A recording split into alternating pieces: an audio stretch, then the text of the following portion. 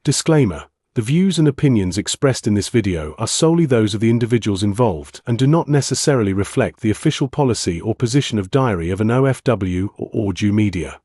We are not responsible for any actions taken based on the content discussed. Kung nag-iisip ka kung paano ka nga ba makakapag-part-time without violating rules dito sa Czech Republic, then this video is right for you.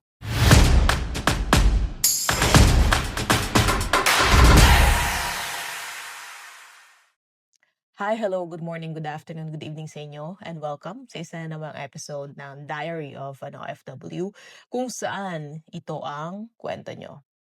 At ngayon, pag-uusapan nga natin kung paano ka nga ba makakapag-part-time without violating rules, without worrying sa police, or baka mahuli ka ng Ministry of Interior. The goal of this video is really to share what I have experienced getting a trade license. I'm just sharing this information for you to know na there is a way of properly doing a part-time job regardless kung employee card holder ka or you're reunificated visa ka. So in this video as well, we will not just talk about the trade license, we will also discuss about the process, the documents, and probably the benefits of having a trade license para masulit mo na ang video na to. But disclaimer lang, no? All of the things that I'm going to share are based on my experiences. So kung meron ka ng ibang experience or iba yung nangyari sa'yo or iba yung ginawa mo, then might as well put it in a comment box or maybe chat us or DM us para naman alam din namin kung ano yung nangyari sa'yo at kung ano yung kung pwede mong i-share through video, then it will be better as well. Right. So, first of all, what is trade license ba? Ano bang importansya niyan sa ating mga Pilipino? So, trade license is, to put it into a simple way of explaining it, it will give you a freedom to do a part-time job, to do a freelancing job, and probably if you're thinking to open up a business, then it is better to get a trade license. It's like a business license, some kind of sa Pilipinas. But it deals with freelancers, part-time job, kasi sa Pinas naman, pag magpa-part-time ka, hindi mo na kailangan lisensya, di ba? But dito, regardless kung foreigner ka or local ka, you still need to get a trade license kung magpa-part-time job ka or kung magfi-freelancing job ka. So, yun ang importansya ng trade license. It will gives you freedom or access to do a part-time job, to do side hustles, to do side incomes, open a business, and to do a freelancing stuff. So ano nga ba yung mga requirements or kailangan mong ipasa para makakuha ka ng trade license? So what I have experienced getting a trade license is very, very simple lang actually. I just show up my card and then yun lang. Hiningan lang nila ako ng category and then nagbayad na ako. And then that's all. But as far as I know, for the employee card holder, you need to get, you need to show your TRC, your resident card, your passport, and criminal record from your country of origin. So in our case, Philippines, no? So kailangan natin, I think, NBI na translated or apostilled. Not quite sure kung alin man doon. And then, your address. Yun lang yung pinagkaiba ng documents pagdating sa employee card and PR. Pag PR ka, card lang, sapat na. But if you are an employee card holder, you need to provide a criminal record from the country of your origin. Now, when it comes to the address naman, there are different ways of providing an address or your business address or some kind of trade address, no? So you can definitely choose to use your home address para maging address mo sa trade license. But it might complicate, lalo na sa ating mga Pilipino na nagrarenta dito, mostly, because you need to ask a consent to the owner. So, kailangan manghingi ng consent sa owner kung allowed ka na gamitin yung address na yun para sa trade license mo. If they agreed without asking for any amount, then it's better kasi yun, tipid ka na and then hindi mo na kailangan pa ng iba't ibang documents. But if the owner doesn't agree, then you have other options, such as getting a virtual address. So, virtual address is like an online address. It exists dito sa Czech Republic. Existing building siya or place siya na allowed mag-perform ng business dun sa lugar na yon, but it will be used only for virtual address lang. So, meaning to say, hindi ka pwedeng magstay doon para mag-transact ng business mo, hindi ka pwedeng manirahan doon, hindi mo pwedeng gamitin office yon unless you have a conference room na binibigay nila. So, yun lang. As far as I know, mostly mga local, mas kinukuha nila ang virtual address because for privacy purposes. Pag kasi nagkaroon ka ng trade license, you will have the ICHO or the Identification ni Law na binibigay ng trade licensing office. And then, pag kiniin yun, pag nilagay yun sa trade license website, lalabas lahat ng information mo. So kung home address yung nandun sa trade license mo, it will show up there as well. That's why yung mga local, mas pinipili nila kumuha ng because it will not detect or hindi makikita basta-basta na kung sino-sino yung home address nila. So there are different types of virtual address din, no? It ranges from 600 crowns per year above, depende kung anong klase ng virtual address ang kukuhanin mo. So it's very, very cheap. Hindi naman siya ganun kamahalan din. So there are, I think, 3 types of virtual addresses. The first one is the virtual address for freelancing. Pag virtual address for freelancing ang kinuha mo, ipapangalan nila yung virtual address mo sa pangalan mo. Kasi you're just doing a freelancing. You're not doing a business, kumbaga. And then, it's the most cheapest one. Yun nga, nag-range siya ng 600 to less than 1,000 pounds per year. So very, very affordable. And then the second type of virtual address is virtual address for business. So ito yung may mga gustong mag-put up ng business. Online shop, physical business na ongoing pa yung proseso sa place nila. Ang difference naman ito sa virtual address for freelancing is it will be under the company's name. So for example, sa freelancing, it was under my name, di ba? Kapag kumuha ako ng virtual address for business, and then I decided to put up a company, like for example, Orjo Media, the virtual address that I'm going to put there is the Orjo Media, not my name. Kasi nga, business establishment na yung dating. But virtually lang, yun ang difference. So, it's mid-range na yung amount ng virtual address na yon. I think 1,500 above. And depende sa facilities na ino-offer. Meron kasamang conference room na you can use for a limited time or limited days. And they also have like the mailbox na dedicated lang sa company mo na kung saan ay makaka-receive and isa-send nila yung mails na dumarating dun sa company yun. So, yun ang second type of virtual address. And then lastly, yung virtual address na pwede mong gamitin for dropshipping. So kung halimbawa meron kang dropshipping business dito, and then in-order mo yun sa ibang bansa, pwede mo siyang ilagay dun sa virtual address na yun. And then, yung mga shipper na contact mo dito, yung mga pipick upin nila dun sa address na yun. So it works like that. Some kind of like warehouse, pero hindi siya pwedeng magtagal, for a limited time lang din.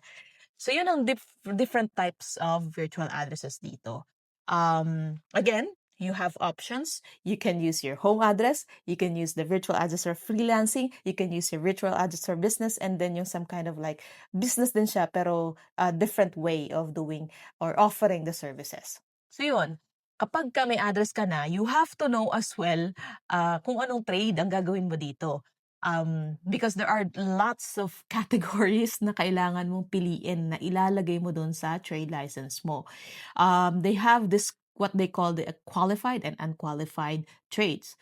So in my case, since I'm mostly doing online services and mostly media, social media, websites, I belong to the unqualified trades. So meaning to say, wala naman akong physical contact or physical contact sa clients ko or customers ko, then it will be on that category. As far as I know, for the qualified trades, mostly may physical contact sila sa clients or customers. Like for example, nagugupit ka or nagtatattoo ka or nagluto ka or nagbebenta ka ng mga pagkain, then you will be on the qualified category na kung saan ay magre-require ng another certificate or license to perform those kind of trades.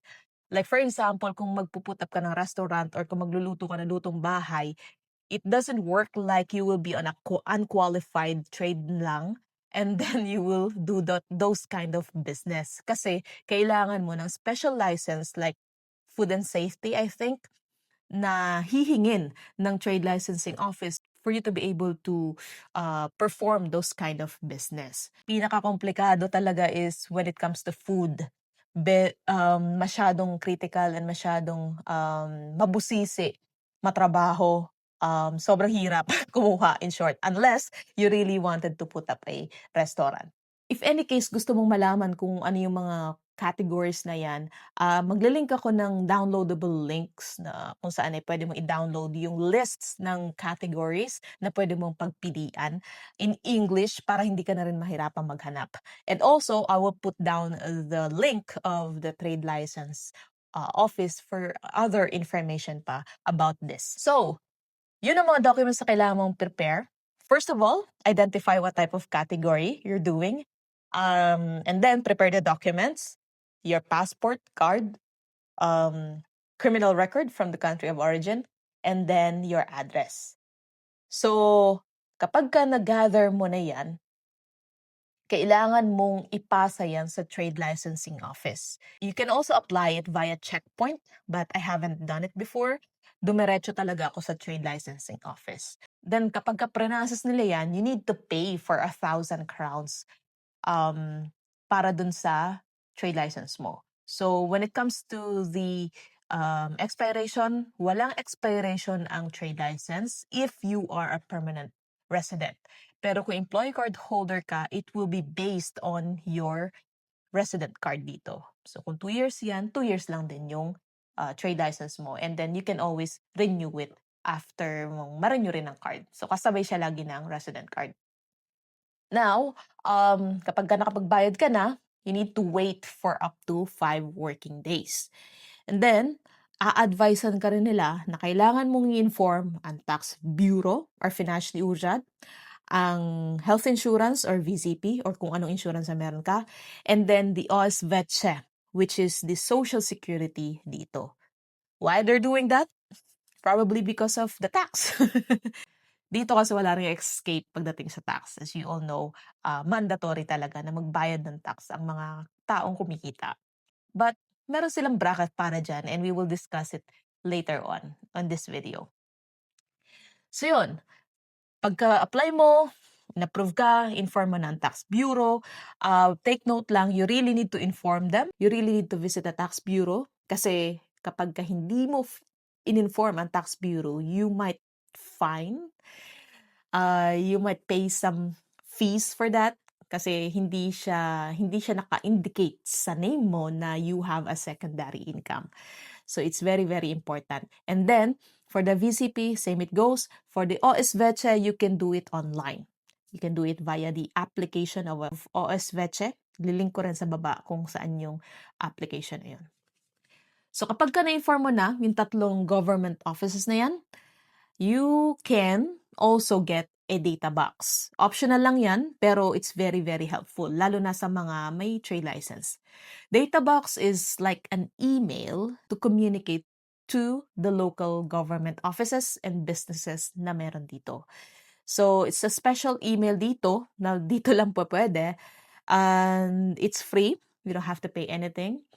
And then, yun, kung halimbawa gusto mong mag-apply ng, gusto mong mag-file ng secondary income sa OSVETSE, you can do it via data box. And then, pag mag-file ka ng tax, you can also do it via data box. So, it's very, very helpful. And then, there are 2 types of data box, no? The first one is the personal, which is for personal usage lang. Kung mag-a-apply ka kung magre-renew ka sa Ministry of Interior, you can do it via data box for personal use only.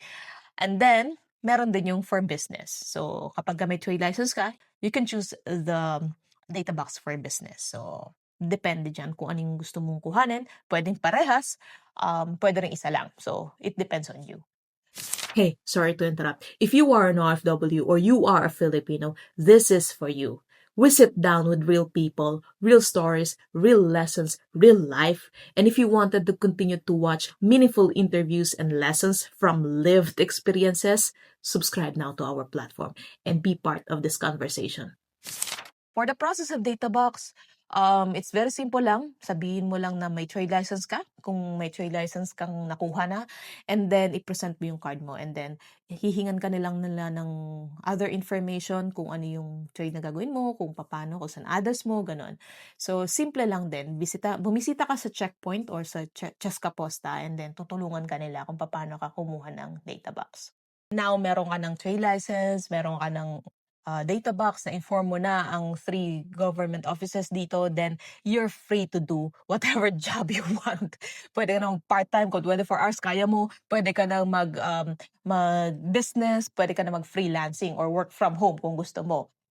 But to remind you as well, hindi ito yung SRO or the limited liability company. It's a different topic.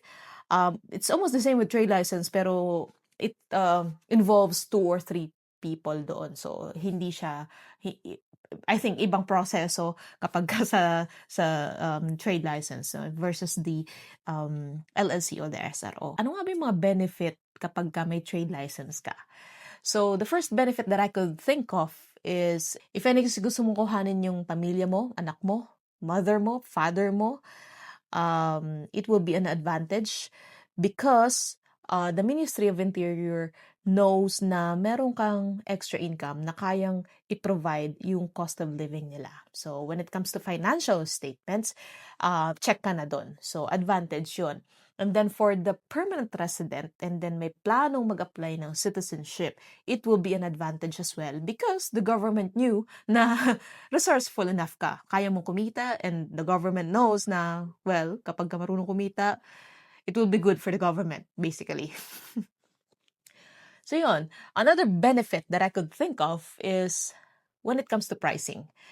Kasi, eto, na-realize ko lang to earlier on nung nagka-trade license ako. When you have a trade license, you are allowed to do a business, you are allowed to offer services, and you're capable to price it according to the current market price. So meaning to say, in short, hindi ka basta-basta babaratin. Pwede kang mag-demand kung magkano yung presyohan ngayon because you have a license, you will pay tax. Hindi mo na iisipin na magbaba ng presyo because, well, it depends on you kung mababa ang presyo mo. But in my insight kasi, I really think that you should know your worth, especially if you're delivering quality service, you're delivering good product and services sa customers and clients mo, you should know your worth. So, ayun, hindi ka basta-basta babaratin kapag ka may trade license ka because you are allowed to perform business transactions, offer services dito. You see, I really think na people were afraid to get a trade license because, first of all, they thought na mahirap, language barrier, which is, I admit, kasi majority of the trade licensing officers there are speaking in Czech. So basically, language barrier is one of the most problem. And then, the taxations. Yung iba natatakot kasi iniisip nila na malaki ang tax, magbabayad ka ng tax kapag ka may trade license ka, which is right, correct. But like I said before, may mga bracket din sila dyan. As far as I know, if you're earning less than 50,000 crowns per year from your secondary income, then the tax is 0, I think, or very, very small lang. Kasi, meron ka na namang binabayaran na tax from your primary income, which is your work. So, hindi ka na masyadong hihingan dyan ng tax pagdating sa secondary income mo. But, if you're earning more than that per year, like for example, 1.5 million below, 50,000 to 1.5 million, I think, then you will be taxed, of course.